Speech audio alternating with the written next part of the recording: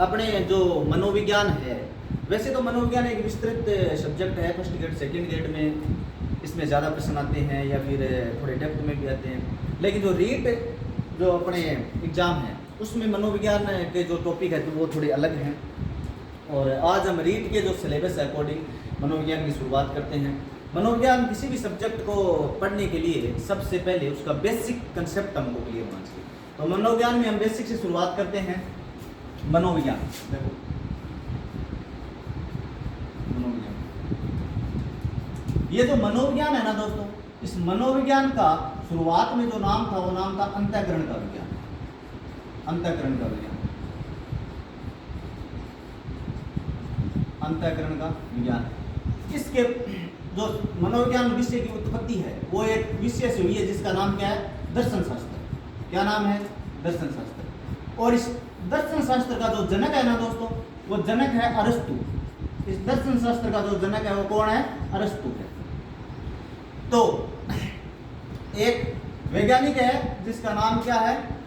Keller. Keller ने सबसे पहले कहा कि ये जो मनोविज्ञान है, इस मनोविज्ञान की जो जननी है वो कौन है? दर्शन शास्त्र है। और इस मनोविज्ञान का जो जनक है वो कौन है? अरस्तु। ठीक है।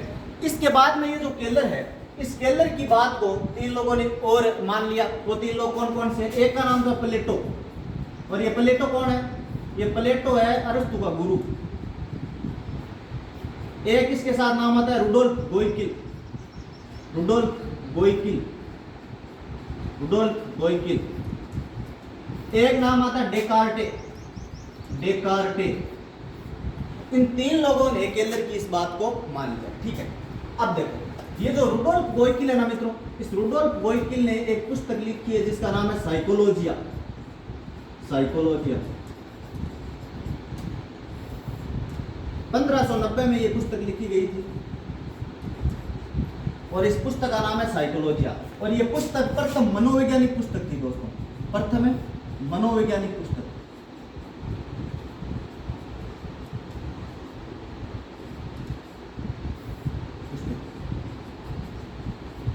देखो, मनोविज्ञान का शाब्दिक अर्थ क्या है? मनोविज्ञान का जो शुरुआती में जो नाम था वो तो अंतःकरण का विज्ञान, और इसकी जो उत्पत्ति है वो किससे हुई है? दर्शन शास्त्र से। और दर्शन शास्त्र का जनक कौन है? अरस्तु। इसलिए केलर ने कहा कि इस मनोविज्ञान का जनक कौन है? अरस्तु है। और इसकी जननी कौन है? दर्शन शास्त्र है मित्रों। और इस बात को अरस्तु के गुरु प्लेटो ने स्वीकार किया, रुडोल्फ गोइकिल ने किया और डेकार्टे ने किया। रुडोल्फ गोइकिल ने 1590 में पुस्तक लिखी थी जिसका नाम है साइकोलॉजिया, और ये प्रथम मनोवैज्ञानिक पुस्तक थी। और इस मनोविज्ञान का दोस्तों शाब्दिक जो अर्थ है ना वो है व्यवहार का अध्ययन करना। व्यवहार का अध्ययन करना। व्यवहार का अध्ययन करना। ये पॉइंट कौन सा है? अपना सामान्य अर्थ का पॉइंट है। इसको हम 4 भागों में पढ़ेंगे। इसके बाद में पढ़ेंगे अर्थ के बाद में इसका विकास करना। तो ये इसका सामान्य अर्थ है, आप लोग ध्यान रख लेना। अब इसकी बात करते हैं विकास क्रम की। विकास क्रम। विकास क्रम में सबसे पहले एक वैज्ञानिक आया, मनोवैज्ञानिक, जिसका नाम था गेरिट। गेरिट। गेरिट ने कहा कि मनोविज्ञान का शाब्दिक अर्थ है व्यवहार का अध्ययन करना। अगर व्यवहार के अध्ययन को करना है तो हमें आत्मा का अध्ययन करना पड़ेगा। इसलिए इस गेरिट ने कहा कि ये जो साइकोलॉजी जो शब्द है, क्या शब्द है? साइकोलॉजी।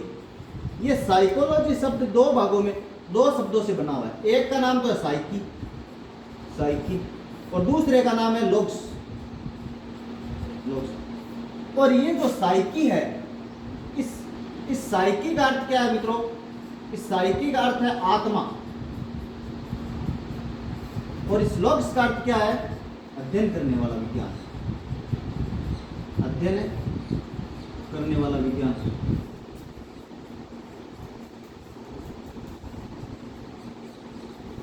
देखो, विकास क्रम में सबसे पहले जो मनोवैज्ञानिक है उसका नाम था गेरिट। गेरिट ने कहा कि ये जो साइकोलॉजी है, ये 2 शब्दों से मिलकर बनता है। एक का नाम है साइकी और दूसरे का नाम है लोग्स। साइकी का अर्थ है आत्मा, लोग्स का अर्थ है अध्ययन करने वाला, अर्थात आत्मा का अध्ययन करने वाला विज्ञान है। कौन सा विज्ञान है? आत्मा के अध्ययन करने वाला विज्ञान। आत्मा का अध्ययन करने वाला विज्ञान। आत्मा का अध्ययन करने वाला विज्ञान।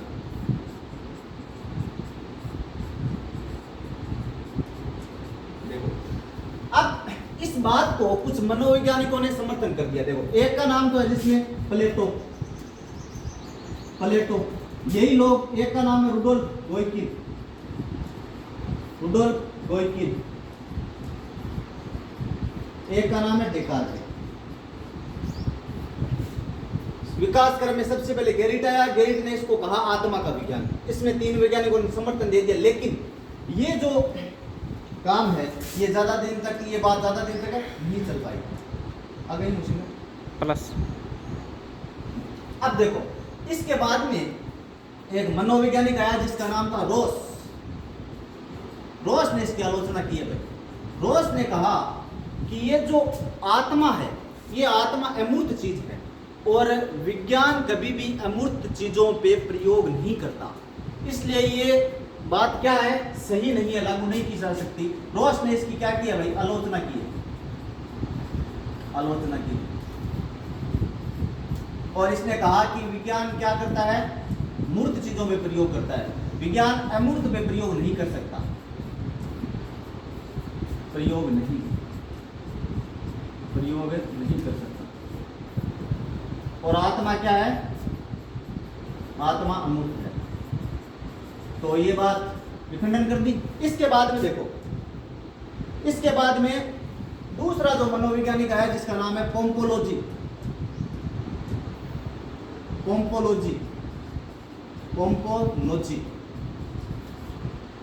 ने कहा, देखो पोम्पोलोजी ने कहा कि ये जो साइकोलॉजी जो शब्द है, कौन सा शब्द है, ये जो साइकोलॉजी जो शब्द है, साइकोलॉजी, ये साइकोलॉजी एक तो उसने सही कहा कि साइकी से बना है, ठीक है बात, एक ये बना है लोग्स से, ये भी बात ठीक है। लोग्स का तो उसने बताया, वही इसने बताया कि भाई अध्ययन करने वाला विज्ञान है, लेकिन ये जो साइकी है, इस साइकी का जो अर्थ है वो आत्मा न्याय पर क्या है, मन मस्तिष्क है, मन मस्तिष्क। तो साइकी का अर्थ क्या हो गया, मन मस्तिष्क, और आत्मा और लोग्स का अर्थ क्या हो गया, अध्ययन करने वाला विज्ञान।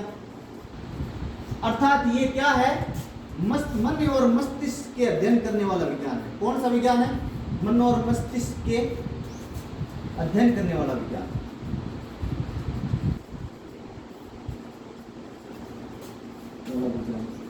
और बात करूं, ये बात कुछ समय तक चलती रही, क्योंकि ये जो साइकोलॉजी है, ये साइकोलॉजी की उत्पत्ति मैंने बताया कि दर्शन शास्त्र से हुई है, और दर्शन शास्त्र का जो भारत में जो अर्थ है वो आत्मा होता है, और विदेशों में जो अर्थ है उसका होता है पश्चिम, वो मन और मस्तिष्क। तो आत्मा वाली बात भी कुछ दिनों तक चली, और ये मन मस्तिष्क वाली भी बात चली, और इसका पोम्पोलॉजी का समर्थन करने वाले जो वैज्ञानिक थे उनमें ऊपर नाम था थॉमस लॉक, एक का नाम था जॉन रीड, और एक का नाम था रिचेरी। इन तीनों वैज्ञानिकों ने पोम्पोलॉजी का क्या कर दिया, समर्थन कर दिया कि भाई ये मन और मस्तिष्क का विज्ञान है, ठीक है। लेकिन कुछ समय बाद में वही बात 17वीं शताब्दी में क्या कर दिया, अस्वीकार कर दिया, अस्वीकार। और कारण क्या था कि ये जो मन है, मन का ना कोई स्वाद होता है, ना कोई रंग होता है, ना कोई प्रकार होता है, इसलिए ये मन और मस्तिष्क वाली बात भी लागू नहीं की जा सकती। अब देखो, अब तीसरा मनोवैज्ञानिक आया, तीसरे मनोवैज्ञानिक का नाम था विलियम बूंट। और विलियम बूंट ने कहा कि ये कौन सा विज्ञान है, चेतन अनुभूति का विज्ञान, चेतन अनुभूति का विज्ञान, चेतन अनुभूति का विज्ञान। विलियम बूंट ने कहा चेतन अनुभूति का विज्ञान है। तो इसके जो समकालीन जो मनोवैज्ञानिक थे उन्होंने कहा कैसे प्रमाणित करो, कैसे है चेतन अनुभूति का विज्ञान, ऐसे तो किसी बात को माना नहीं जा सकता। तो इसने कहा बिल्कुल भाई जी प्रमाणित है, कर दे। तो विलियम बूंट ने एक प्रयोगशाला स्थापित की लिप्जिंग नगर में, लिप्जिंग प्रयोगशाला, लिप्जिंग, ये विलियम बूंट भाई जर्मनी का था, जर्मनी। और इसने लिप्जिंग नगर में एक लिप्जिंग विश्वविद्यालय बनाया, लिप्जिंग विश्वविद्यालय।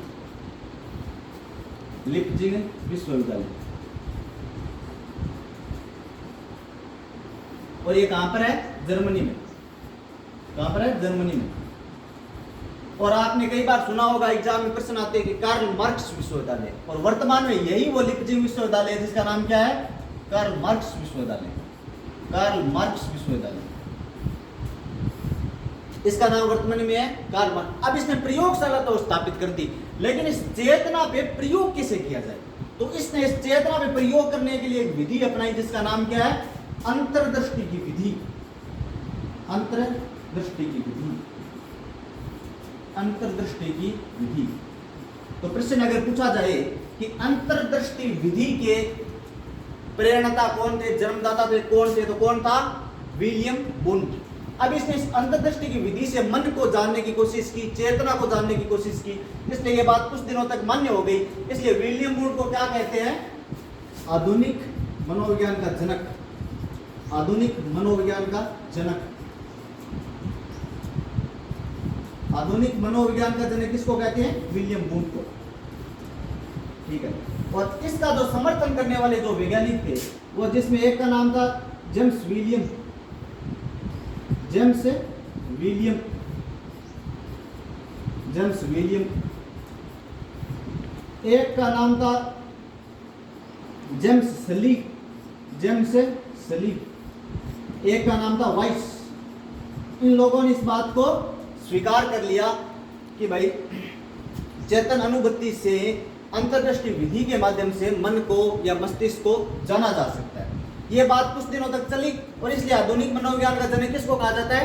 विलियम वुंट को। इससे पहले मैंने आपको बताया पोम्पोलॉजी और उसके बारे में, गेरिट के बारे में। तो इन लोगों ने साइकोलॉजी शब्द को विभाजन करके इसका अर्थ बताया था, लेकिन ये प्रथम वैज्ञानिक था जिसने डायरेक्ट इसका अर्थ बताया। ठीक है। अब देखो, इस बात को भी कुछ समय के बाद में क्या कर दिया? अस्वीकार। और अस्वीकार का कारण देखो क्या था? अस्वीकार का कारण था कि ये जो अपना मस्तिष्क होता है ना, मस्तिष्क, इसके दो भाग होते हैं। एक तो आंतरिक भाग, एक होता है बाह्य। ये जो आंतरिक भाग है इसको कहते हैं चेतना, और ये जो बाह्य भाग है इसको कहते हैं व्यवहार। तो इस चेतन अनुभूति में इस आंतरिक भाग का तो उल्लेख था, लेकिन किसका उल्लेख नहीं था? व्यवहार का उल्लेख नहीं था। इसलिए उस समय के बाद में इसको क्या कर दिया? अस्वीकार। तो ये तीनों मत अस्वीकार हो गए। अब देखो, अब चौथा मनोवैज्ञानिक आता है। चौथा मनोवैज्ञानिक आता है जिसका नाम क्या है? जिसका नाम है जेबी वाटसन। जेबी वाटसन। जेबी वाटसन नहीं है भाई, ध्यान रखना। जेबी वाटसन का मतलब है John Broadus Watson. John Broadus Watson. और ये जॉन ब्रोड्स वाटसन कहता है कि मनोविज्ञान का शाब्दिक अर्थ है व्यवहार का अध्ययन करना। तो फिर ये व्यवहारवाद का विज्ञान है। कौन सा विज्ञान है? व्यवहारवाद का विज्ञान। व्यवहारवाद का विज्ञान। व्यवहारवाद का विज्ञान। और इस व्यवहारवाद के विज्ञान में दोनों चीजों का अध्ययन है। किसका? एक तो आंतरिक क्रियाओं का, आंतरिक, और एक है बाह्य। आंतरिक में क्या आ गया? आंतरिक में चेतना, मन, मस्तिष्क के विचार आ गए। और बाह्य में क्या आ गया? चलना, दौड़ना, कार्य करना।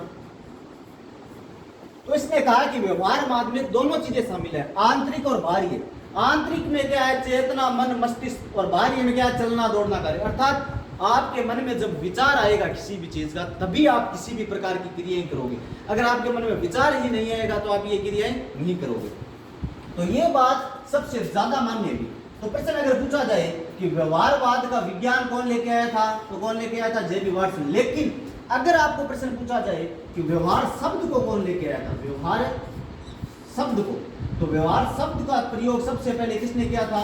विलियम मैकडूगल ने किया था। William McDougall.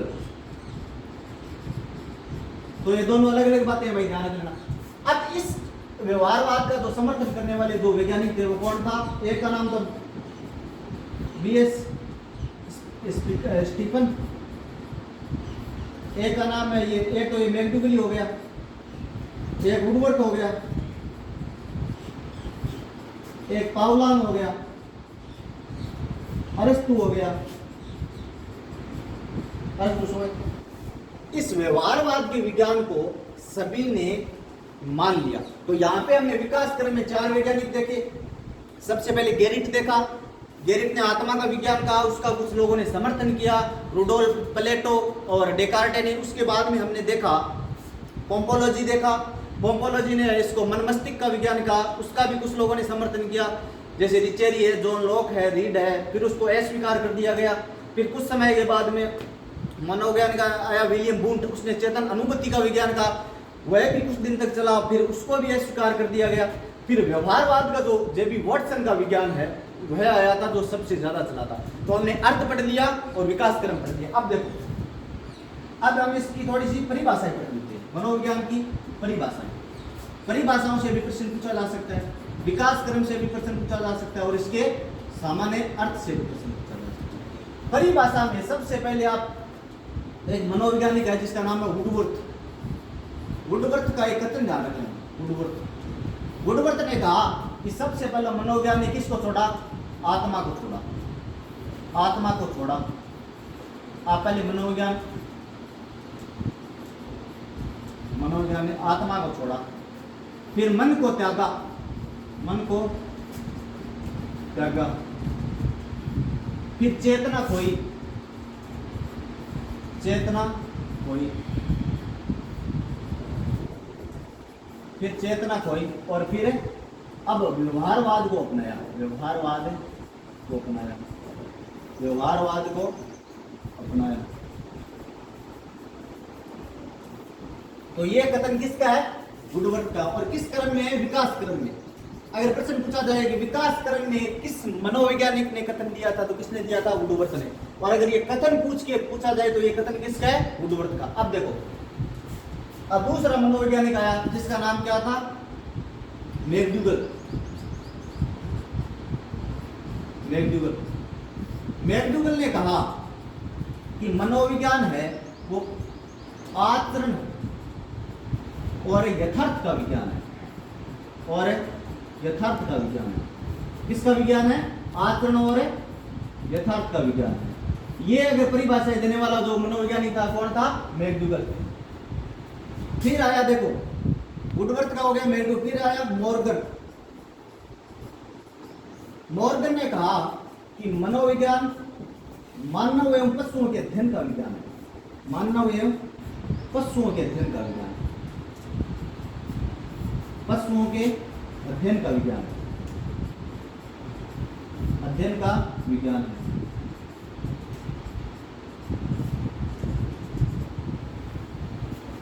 फिर मॉर्गन के बाद में एक मनोवैज्ञानिक हो रहा है जिसका नाम था जिम्बोर्डो। जिम्बोर्डो ने कहा कि ये जीवधारियों के अध्ययन का विज्ञान है। जीवधारियों के अध्ययन का विज्ञान है। जीवधारियों के अध्ययन का विज्ञान है।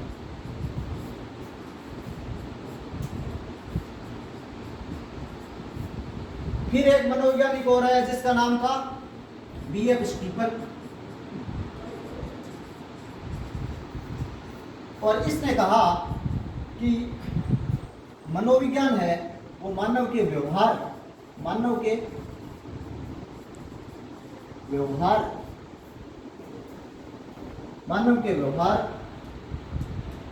और आचरण का विज्ञान है।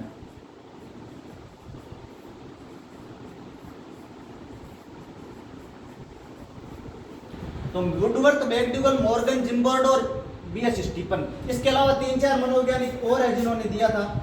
एक का नाम है वॉटसन। वॉटसन ने कहा था कि ये मनोविज्ञान है, ये शुद्ध व्यवहार का